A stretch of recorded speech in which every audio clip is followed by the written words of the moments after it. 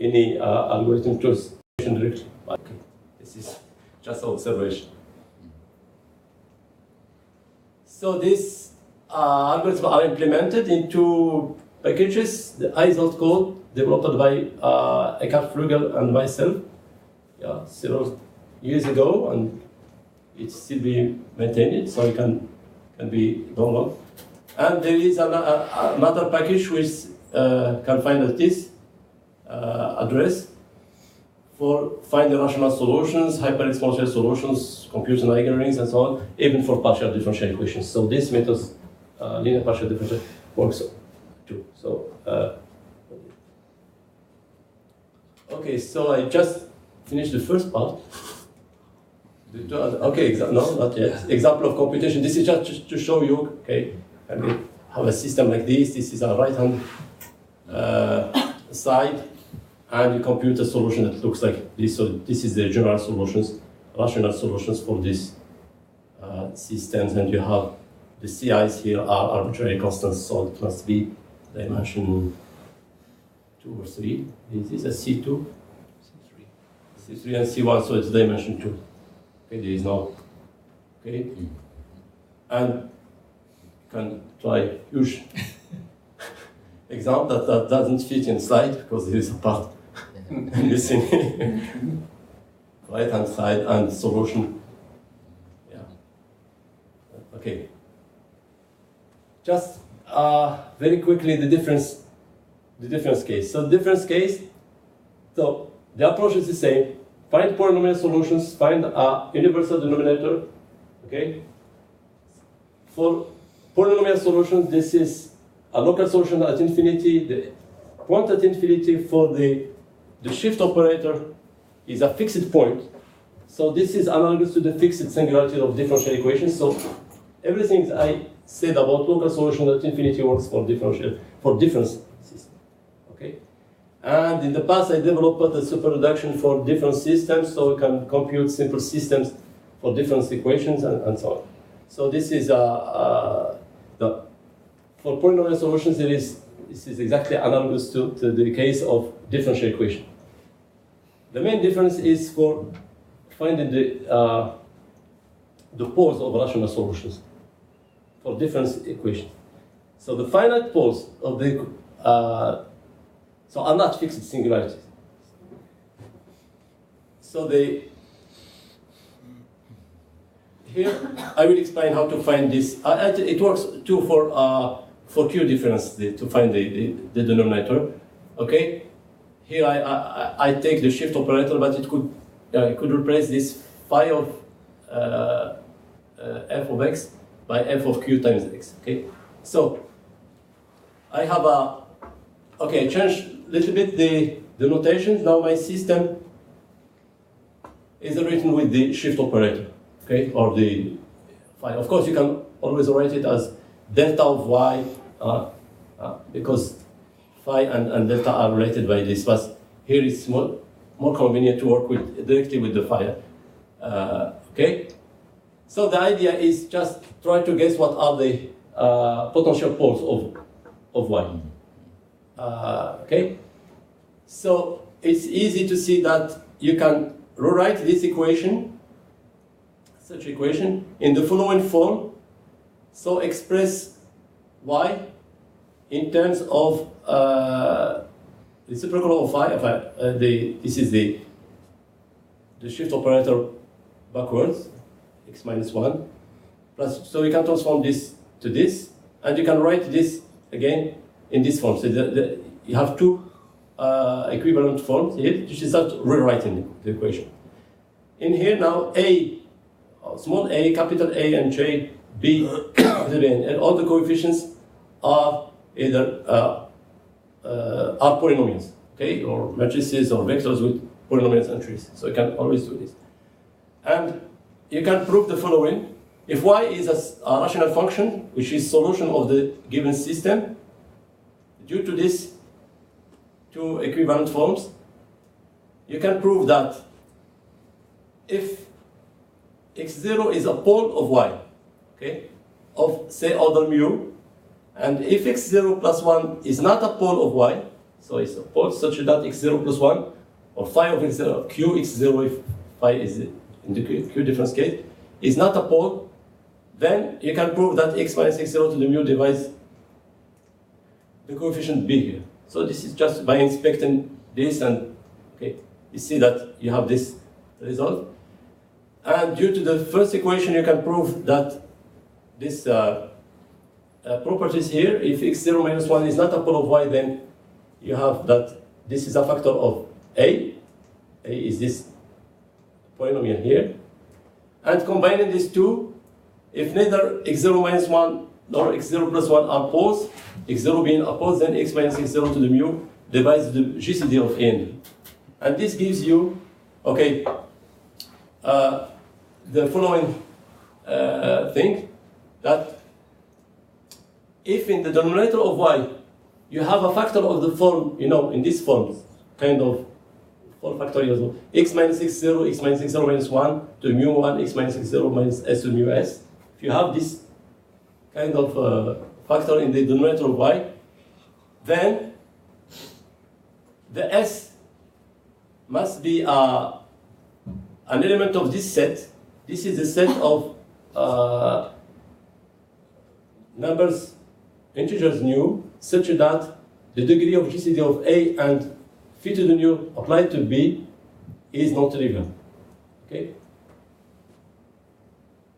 So the maximum of this set is sometimes called the dispersion of the two polynomials A and B, and can be computed. So, and by repeating this kind of reasoning, you get the following. So let's go directly to this proposition. The denominator of any rational solution of our system must divide the GCD of these two polynomials that are constructed from A and B that are given here directly from the matrix M and F, and the inverse of M, okay? So immediately from the coefficients of the system, you can get A and B, and by using GCDs and applying the shift operator here then you get the denominator. So there is a elementary algorithm using GCDs that solve the problem, okay? And it works also for Q difference for all the poles that are not fixed point of the automorphism field. So phi in the Q difference case has two fixed points, 0 and infinity. In the difference case, the only fixed point is infinity, so all finite poles can be found by using this algorithm. For the Q difference, you have to find the denominator, the poles that are not 0, using this formula, with phi equal to the operator multiplication by x by q. And to find the order of the pole at 0, you have to transform the system to a simple system at 0. So for the Q difference case, you have two particular points, fixed points by automorphism. Okay, 0 and infinity. For those, you need to compute a simple form in order to get the order of singularity. Okay? And the other ones are given directly by this formula. Okay? So this is the big difference between difference and Q difference case compared to the differential case. Okay? And for more general phi here, so you have to deal with the fixed points separately. Okay? Fixed. So the fixed points behave as fixed singularities in the differential case, and the other ones, they are you have this kind of magical formula that gives you immediately the. Okay, this is the end of this, right? So if you have questions, the third part is another file. Excuse me. When you compute the something term by term, right? Do you have a bound on the number of terms? Yeah, you have this kind of magical formula that gives you immediately the. Okay. Okay. Okay, this is the end of this, right? So if you have questions, the third part is another file. Excuse me. When you compute the something term by term, right? Do you have a bound on the number of terms? Excuse me. When? In the previous part, there was a one where you compute, I forgot what it was, the things term by term, Yeah. right? Mm-hmm. One term at a time, but by transforming the solution, right? When you were looking at the Excuse me, I just put this. So this was the talk for yesterday. Oh. You missed it. You missed the talk yesterday. So we have time for questions. Yeah. Is there bound on the number of terms that's involved? The bound of a priori, no, you cannot know if they. You don't know how many terms there are. Yeah. You don't know. Yeah, but if you have. You have degree bound. Yeah, you you have degree term bounds, but you don't have term. but Well, yeah. of course, if you have degree Yeah. bound, you have a term bound. Yeah, of course. Well, But yeah, you don't have the. No, I don't think. But not it's no sparse. No. It's Yeah. no sparse bound, is it, really? In the yes and no. In the homogeneous case, the only no maybe it's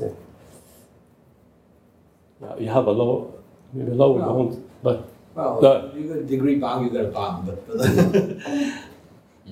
yeah, because you can have you have all the monomials that That's root right. components Yeah. corresponds to roots of the initial equation, integer roots of the initial equations. They could appear, and in between, you could have other no there is, but of course if you have a huge degree and you have two terms, then you are done in normally in two steps. Yeah. So I don't know. Okay, let's try to talk about this super reduction forms. Mm-hmm. About less than 20 minutes. Okay. So these simple forms that I mentioned in the first part, as I said, can be computed using super reduction form, and I'm talking here about super reducible forms. And these super reducible forms were introduced as a generalization of a so-called Moser algorithm or Moser methods. I called it after a while a Moser algorithm, but in fact the ideas of the method in Moser, but the algorithm is it's called Moser algorithm. Moser algorithms, and these Moser algorithms or Moser, what he wanted to do is given a differential system with the singularity say at x equal to 0, with the rank of the singularity. The rank of singularity is the order of the poles. So we did only all system with singularities of the coefficients are poles, meromorphic functions. The problem with other kind of singularities is more difficult. And there is a little on this subject. But anyway, what concerns us today is rational functions, coefficients, so we are in this. So the idea was to characterize a regular singularity. So again, the scalar case, when you have a single differential equation of order n, by looking at the order of each coefficient at the singularity you are considering, you have this Fuchs criteria. So you write some inequalities that must be satisfied, and you have this criterion that said the singularity is regular, singular if and only if this criteria, which means that the Newton polygon has a horizontal shape. Okay, so you have this immediate again for a single equation. Just look at inspect the coefficients, and you can say singularity, regular, irregular, and so on. For differential systems, the information is hidden, and you need to work to get this information from other coefficients. You cannot get it from the first coefficients. This is okay. So this Moser algorithm turns out to be useful even in the case once you answer the questions. I am in the regular singular situation or irregular singular situation. Once you have answered this question, then it turns out that it gives more information about the singularity than just the nature of the singularity. And I exploited this in order to devise algorithms to find, for example, exponential part of solutions. Susie will tell about this, I don't know when, next Monday. And super reducible forms are a generalization of this model and gives you more information about singularity. And I remarked that these super reducible forms can give you, for example, this initial equation as I explained. So I will talk about this. But the goal here is to put things in a common framework that englobes the difference, Q difference, and differential systems, and even more general systems. So this I call pseudo-linear equations.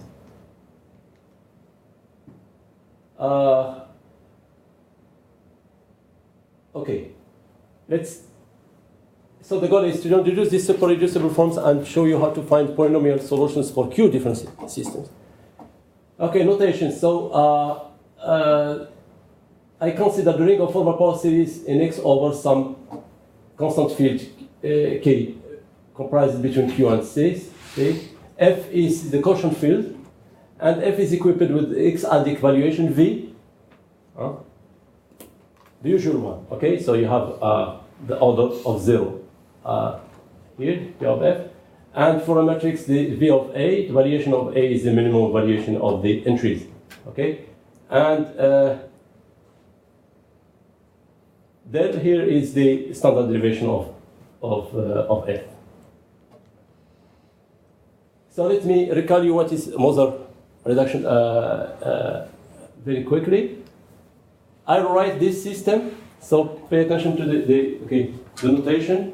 Well, differential system, because I will talk about different systems. So a differential, this to say that it's differential. So this is the notation for a system.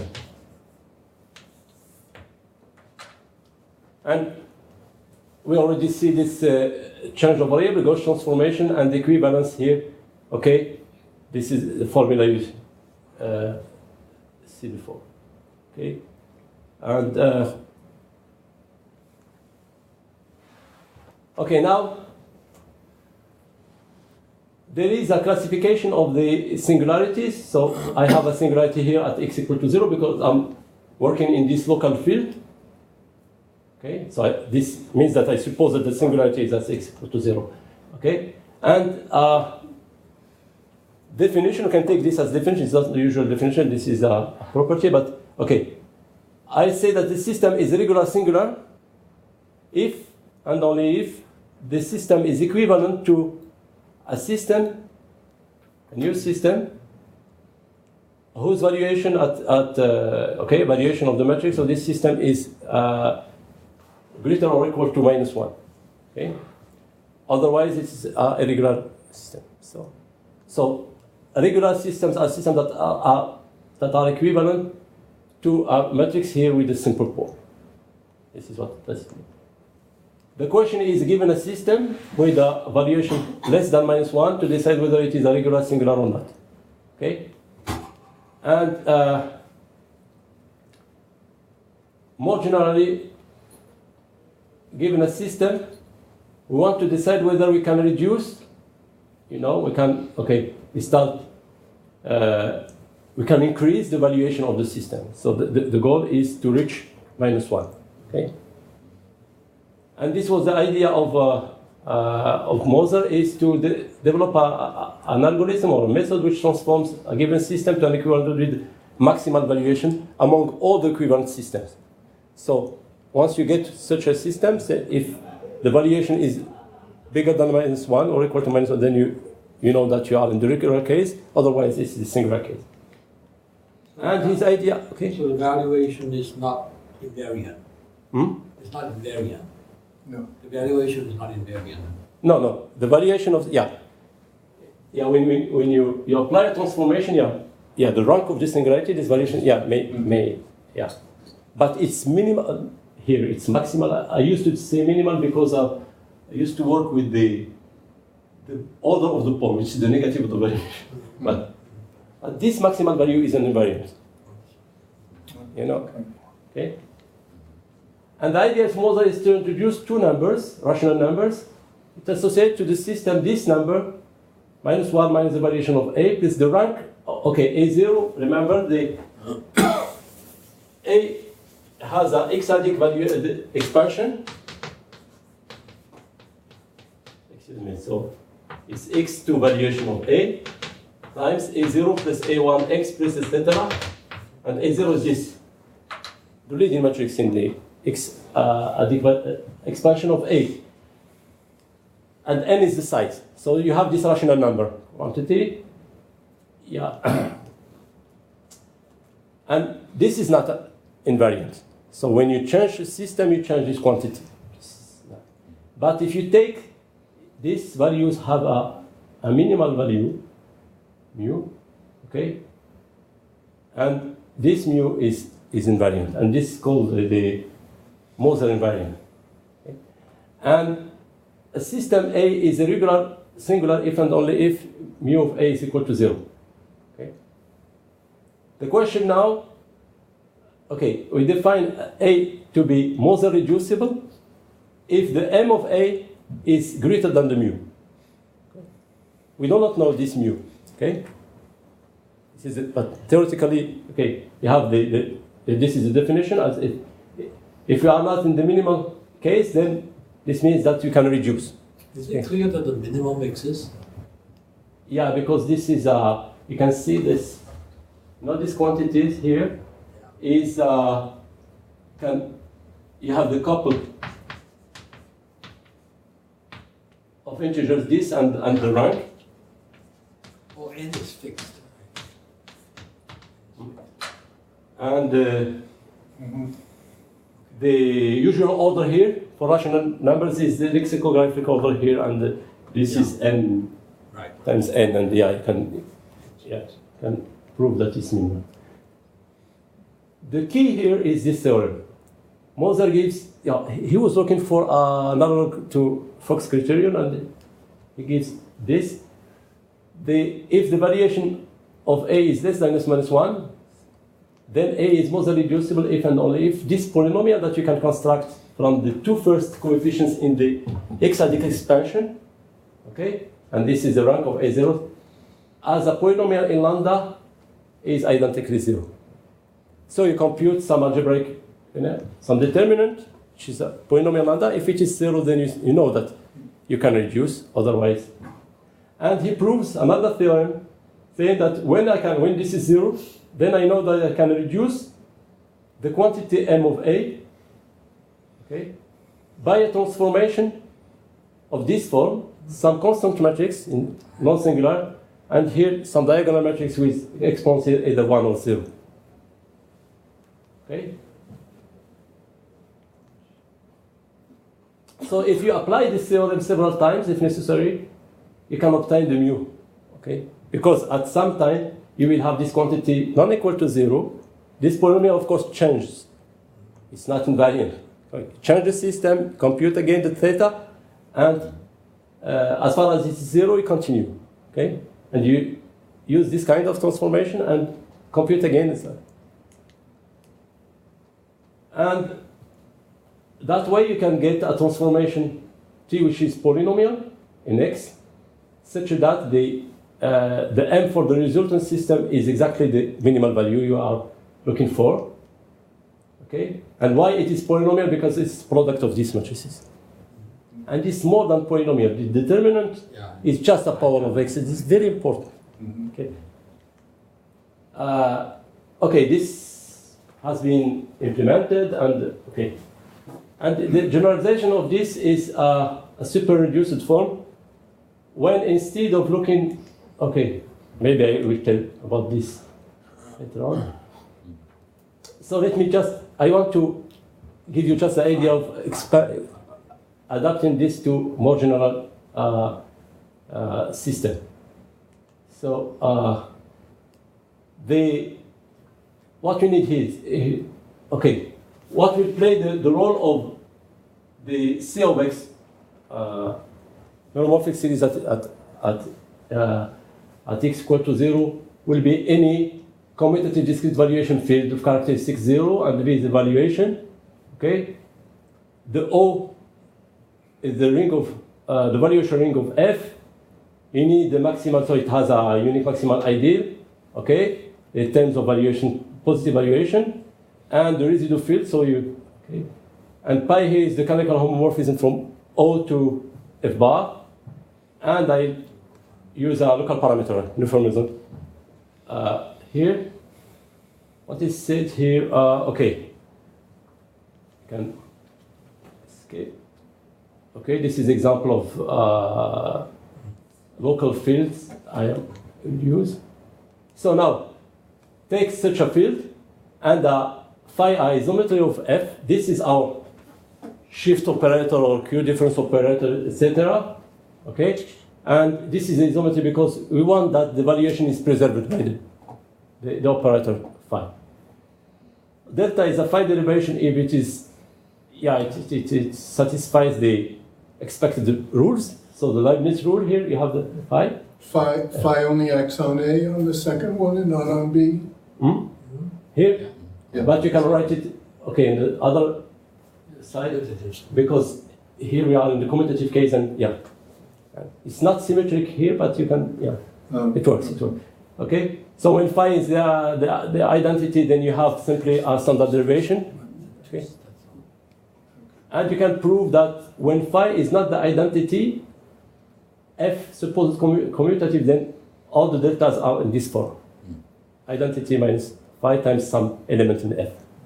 Okay? Field of constants are elements that are invariant by phi and with derivation equal to 0 and so on.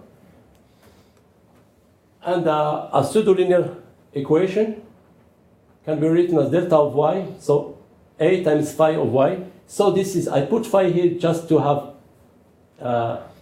something that really includes the differential case, and so to have the same formula, okay, everywhere. Okay, so this is just a so gauge transformation is a basis, change of basis, again, notations, and we need, okay, this is to say, okay, in differential equations, difference, you can take these automorphisms, Q difference, this one, okay, and so on.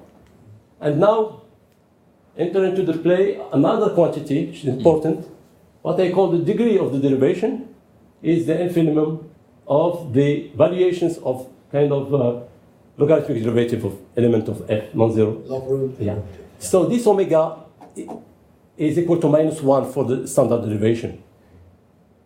We compare the variation of A to -1, and when it is -1, it's regular, when it is not. So this omega allows to classify the singularity. Okay?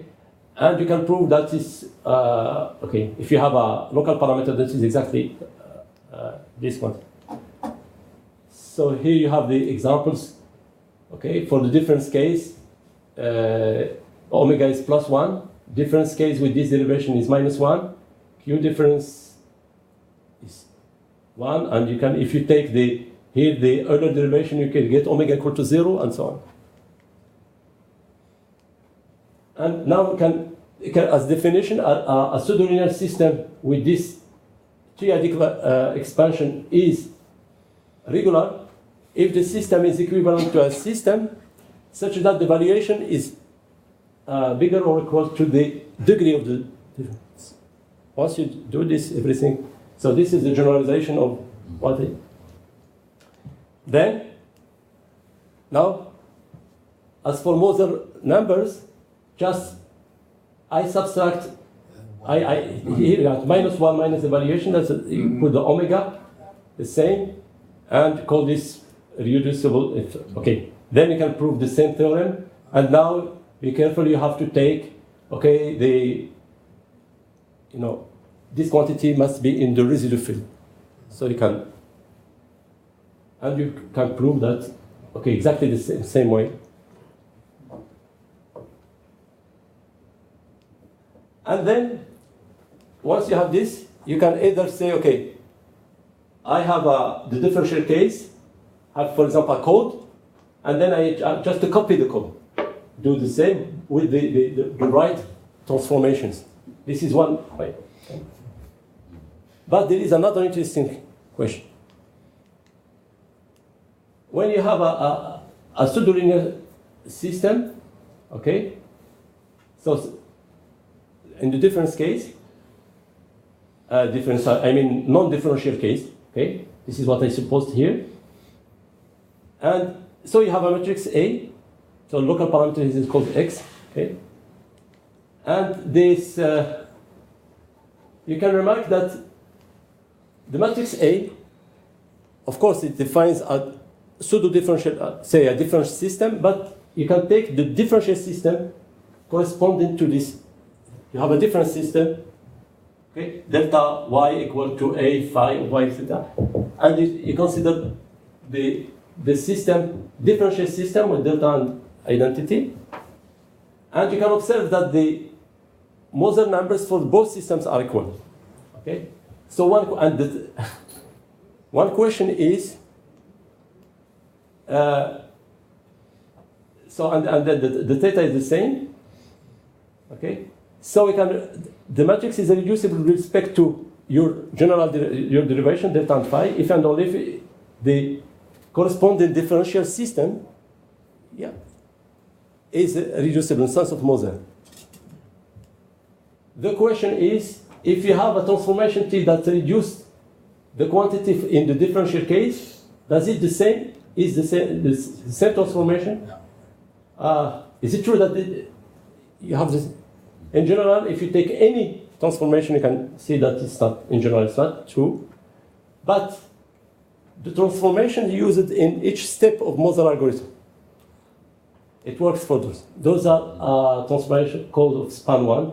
Okay, so this has to do with the Smith form of T. Okay, and it turns out that in this case, so what I did, in fact, I took the code that I developed for the differential case, and I just apply, change when it comes to applying the transformation. I just use the right formula, but this needs to be proved. And it can be proved. Okay.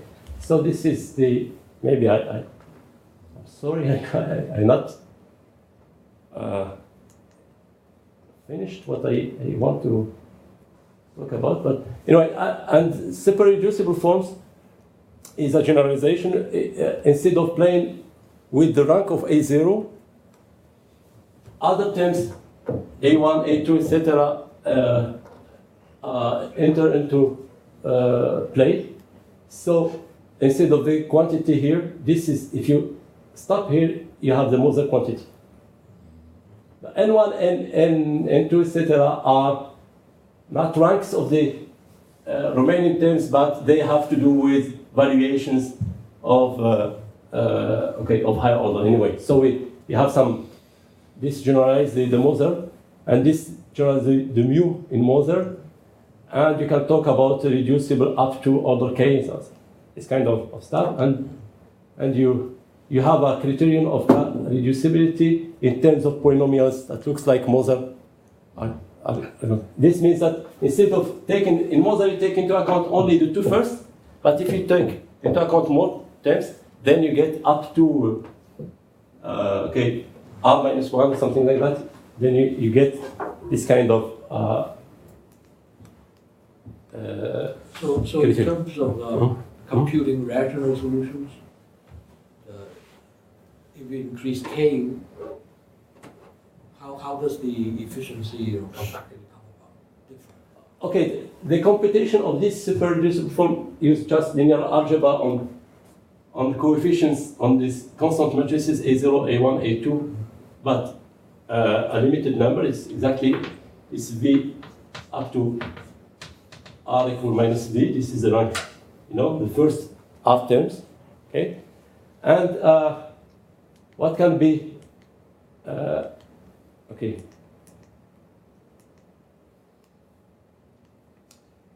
what can be proved is that these theta polynomials, the last one, theta 0, I think, no, they are numbered, theta 1, theta r, gives this initial equation, more or less. Okay, So the idea is, okay, you have to compute all these data in order to get the initial equation. This is why this super reducible form is too strong with respect to what we want to do for rational solutions. But if you are interested in hyper-exponential solutions, then the degrees of the, if you want, okay, the valuations of the exponential parts, local exponential parts in the hyper-exponential, have to do with this, the case here and the. Okay. So in terms of local solutions, this gives you this super reducible form gives you the approximation of the Newton polygon. It gives you, for example, the integer slopes in the Newton polygons, and they, in particular, if 0 is a slope, then you can get it, and the correspondent theta is the characteristic equation or initial equation case of slope 0. So this here is an example with the general system. This is a difference system, and this is implemented, and you implement the phi, the delta, and so on, and you ask for a super form, and you get the reduced form, and the reduced form, and for example here, among the output, you have an element like this, and here you read an initial equation for them. So if you have this super, yeah? But the super reduced form is not unique, isn't it? No, it's not unique. Okay, so yeah, this is a, okay. What I call initial, in the scalar case, differential equations is uniquely determined. And it corresponds, gives you the local exponents. For the case of system, okay, it's not a canonical definition, you know. It depends on the transformed system, but the different equation you can get if you have another super reducible form, the roots will differ by integer. Because systems are equivalent, and equivalence means multiplying by some polynomial matrix, and this polynomial shifts the local exponent. Okay. This is a Q difference example, and if you ask for super reducible form for this, you get, okay, here you get a polynomial that looks like this, and okay, it gives you the initial equations of, okay. Sorry, maybe I stop here because, okay, there is a part on how to find polynomial solution for Q difference, but as an application of this, but I think that you got the idea is, you know, it is possible to do this for a general class of systems, and it works, it is implemented, and so we can say that you can solve all these systems, find rational solutions, and even more. Okay, thank you. I'm sorry. Maybe we'll entertain one question or two. Is there any hope, let's say, to get like a normal form with respect to the gauge transformation of a matrix? Like some sort of a normal form that we can a little bit rely on, or? No, there is look, okay, this is okay, we are talking here about local analysis, yeah, because we pick a singularity and we look around this singularity. So this is local analysis, and there is a local normal form. And this local, yeah. I'm talking about purely algebraically, like if there is like some sort that we can say, some diagonal or... Yeah. Okay. This local form is, this is, okay. The normal form for a system, if you have a singularity, you have a system, like, okay, with entries in, you have a differential system in here. So, have a singularity and located at x equal to 0, and you have y prime equal a. And it works also for different case for fixed singularity at infinity. And yeah, there is a t.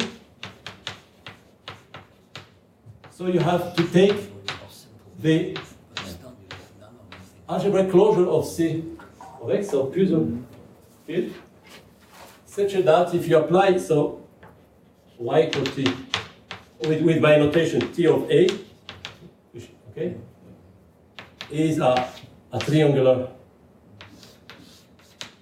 form. So it's, okay. It's more, yeah, you can, any system can be transformed to a triangular form, and you can even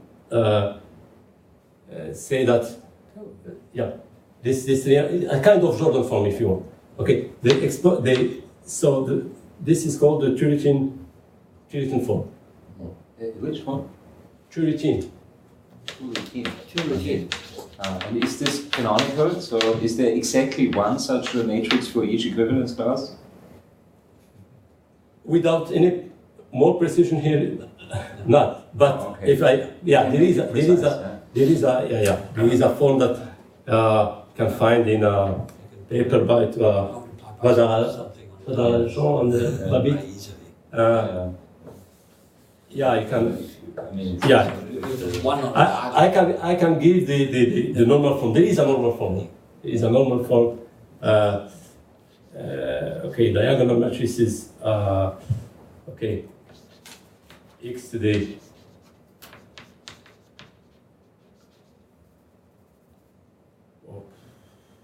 say k1. So a number of I don't know. Okay, s x to the. So those are rational numbers.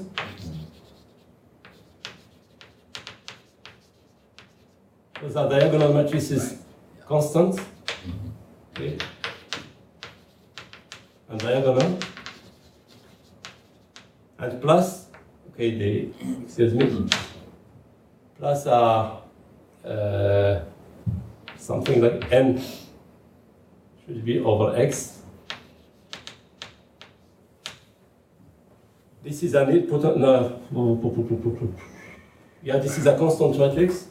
Okay, that commutes with the other ones. It's not necessarily diagonal. Those are rational numbers. Those are yeah. And yeah, there is a rational. I should have it on there. There is a canonical form, but if you want to, what we do here with these super reducible forms gives you partial information about this. No? But not, of course, this is stronger and we do not need to compute all. But I can compute this using just Moser, repeated Moser and other ingredient. Maybe Susie will talk about that. You talk about I talk about this in ACA. Okay, so everything is. So you will have the answer. But there is a canonical form. But of course, it's not. You know, this is like when you do linear algebra. If you want to solve some problem about a matrix or an endomorphism, of course, if you compute Jordan form, then you have everything. But if you need just the determinant of the rank, or I don't know, you do not need to compute the Jordan form. Of course, if you have, it depends on the. So this canonical form gives you, more information that needed, for example, for polynomial or rational solutions. But it exists, and you have the same for difference equations at infinity. Same analogous equation. So the idea, if you take the algebraic closure here, just algebraic closure of this field, then every differential operator is equivalent to a triangular form, nice triangular form. Okay. And you have a nice result, like in order to compute this gammas here, you need only the n times r, first coefficients in the x-adic expansion of A. R is the rank, is the valuation, minus the valuation. How many iterators So is needed? Yeah. All these results are not triggering. So You do it like that. it's a known. Some of them make Any There might other be question? some integral differential. Well, I think we probably just should let people get out if you want. 5 minutes. 5 minutes? No, I think a little bit more longer is better. You don't mind?